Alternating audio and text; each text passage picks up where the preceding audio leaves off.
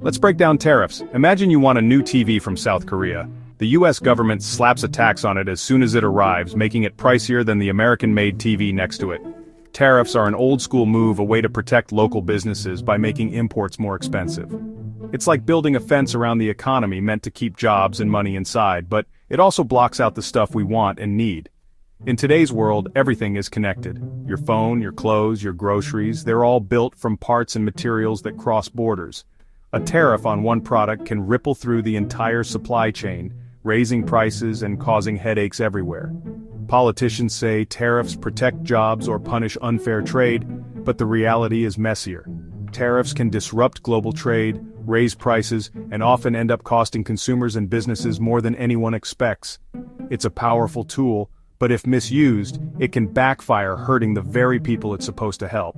So when you hear tariff, think higher prices, global tension, and a risky economic game.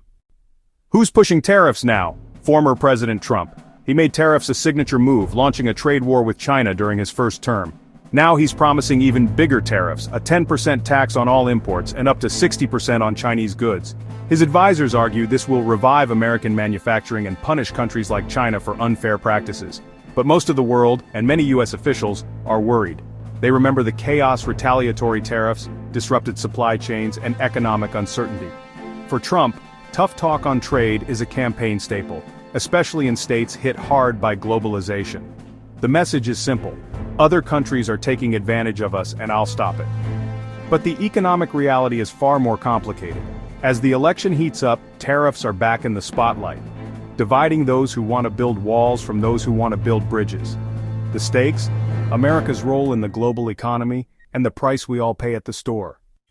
Right now it's less negotiation, more public threats. Trump's team says tariffs are a day-one priority if he's re-elected.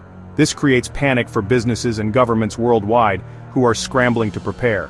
Trump's strategy: start with extreme demands, force other countries to the table, and hope they blink first.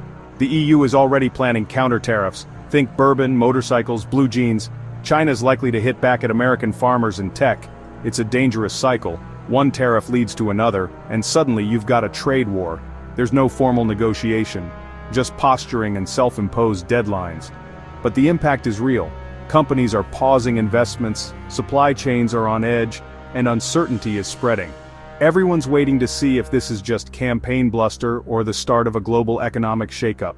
The first move could come in early 2025, and the fallout could last for years. How do tariffs hit you? Simple. They're a hidden tax. If a bike from Vietnam gets a 10% tariff, you pay more at the store. Multiply that by thousands of products, clothes, electronics, furniture, and your family's costs climb fast. American companies also get squeezed. Car makers rely on global parts. Tariffs raise their costs, which can mean higher prices or layoffs. Retaliation is real. When the US hits China with tariffs, China hits back, often targeting American farmers and manufacturers. Farms lose markets, prices drop, and some go out of business. Widespread tariffs slow the economy. Higher prices mean less spending, less investment, and fewer jobs. Economists call it stagflation, stagnant growth plus inflation. The goal might be to help American workers, but tariffs often end up hurting them instead. Bottom line, tariffs are taxes and you pay the price. What's next? If Trump wins, expect tariffs to hit fast in early 2025, triggering global retaliation and market chaos.